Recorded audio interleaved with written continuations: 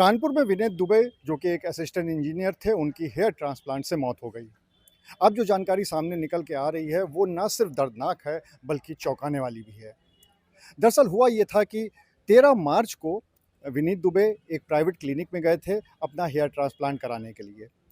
14 तारीख को उनकी पत्नी के पास फ़ोन आता है और ये बताया जाता है कि विनीत की तबीयत काफ़ी ख़राब हो गई है। विनीत के परिजन जब उसको लेने जाते हैं तो पता चलता है कि जहाँ पर हेयर ट्रांसप्लांट हो रहा था, वहाँ पर डॉक्टर अनुष्का उनका ट्रांसप्लांट कर रही थी हेयर ट्रांसप्लांट और उसके बाद उन्होंने 2 अस्पतालों में भेजा। लेकिन जब वहाँ पर हालात नहीं सुधरे तो फिर परिजनों को बुलाया गया। परिजनों को बुलाने के साथ ही साथ ये भी आरोप है कि डॉक्टर अनुष्का वहाँ से फरार हो गई थी। कुछ तो सस्ता लो, सब बढ़िया लो, इसमें क्या खास बात है? थोड़े में ज्यादा स्वाद, यही तो है इसकी खास बात। मसाला। इस पूरे मामले में परिजन विनीत को लेकर रिजेंसी हॉस्पिटल गए थे और वहाँ पर भी उनकी जान नहीं बचाई जा सकी। उसके बाद से लगातार परिवार ये कोशिश कर रहा था कि इस पूरे मामले में एफआईआर दर्ज हो, लेकिन तकरीबन 2 महीने होने तक इसमें एफआईआर दर्ज नहीं हुई और अब पुलिस ने इस पूरे मामले में एफआईआर दर्ज कर ली है। जो जानकारी सामने आई है उसके अनुसार परिजन जो थे विनीत के, उन्होंने बताया कि किस तरह से जब वो गए देखने के लिए अस्पताल में तो वहाँ पर विनीत का पूरा चेहरा सूजा हुआ था। यहाँ तक कि सूजन इतनी ज़्यादा थी कि विनीत पहचान में भी नहीं आ पा रहा था, उनकी आँखों से दिखाई भी नहीं पड़ रहा था। इस पूरे मामले में जो विनीत के परिजन हैं उनका क्या कहना है, चलिए आपको वो सुनाते हैं। उनकी होली के दिन मेरे पास फ़ोन आया कि वो अनुराग हॉस्पिटल में एडमिट हैं। तो मैं अनुराग हॉस्पिटल पहुंचा। वहां इनकी हालत देख के बहुत गंभीर हालत थी। चेहरे में इतनी स्वेलिंग थी कि ये हम पहचान नहीं पाए और उनको दिखाई नहीं पड़ रहा था आँखों से। फिर हमने जब पूछा तो उन्होंने बस इतना बताया कि हाँ, चाचा प्रणाम। और उसके बाद हमने कहा ये सब क्या हो गया? तो वो कहने लगे ट्रांसप्लांट कराने गए थे और बोलते-बोलते एकदम लुढ़क गए। उसके बाद साँस लेने में उनको दिक्कत हुई, आईसीयू में शिफ्ट किया गया।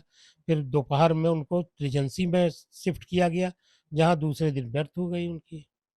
ये हेयर ट्रांसप्लांट की वजह से डेथ हुई है। और वो एक कोई अनुष्का तिवारी डॉक्टर हैं, हम तो जानते नहीं, उन्होंने किया था। और वो पुलिस वाले वहाँ लेके गए थे हमको, तो उसकी क्लिनिक बंद थी, नंबर बंद था, वो आउट ऑफ स्टेशन पता चला वो है। एक बार फ़ोन मिला।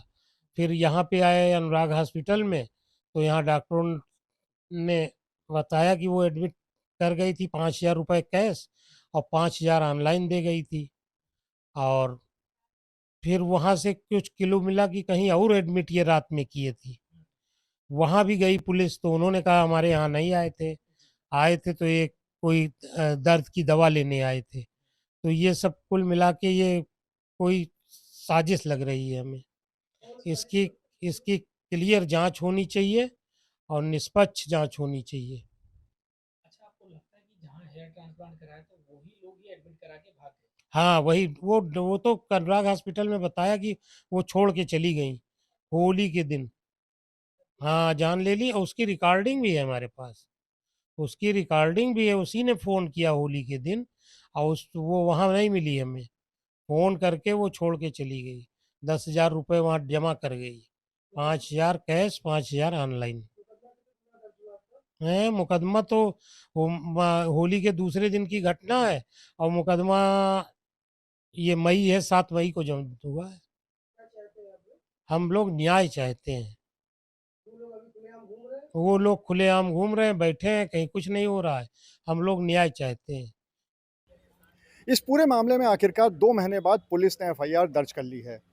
पुलिस ने एफआईआर दर्ज करते हुए क्या कहा, चलिए आपको वो भी सुनाते हैं। इसमें ये रावतपुर थाना क्षेत्र की एक घटना है जिसमें एक महिला के द्वारा यह शिकायत की गई कि उनके पति की हेयर ट्रांसप्लांट के दौरान उपचार के दौरान उनकी मृत्यु हो गई।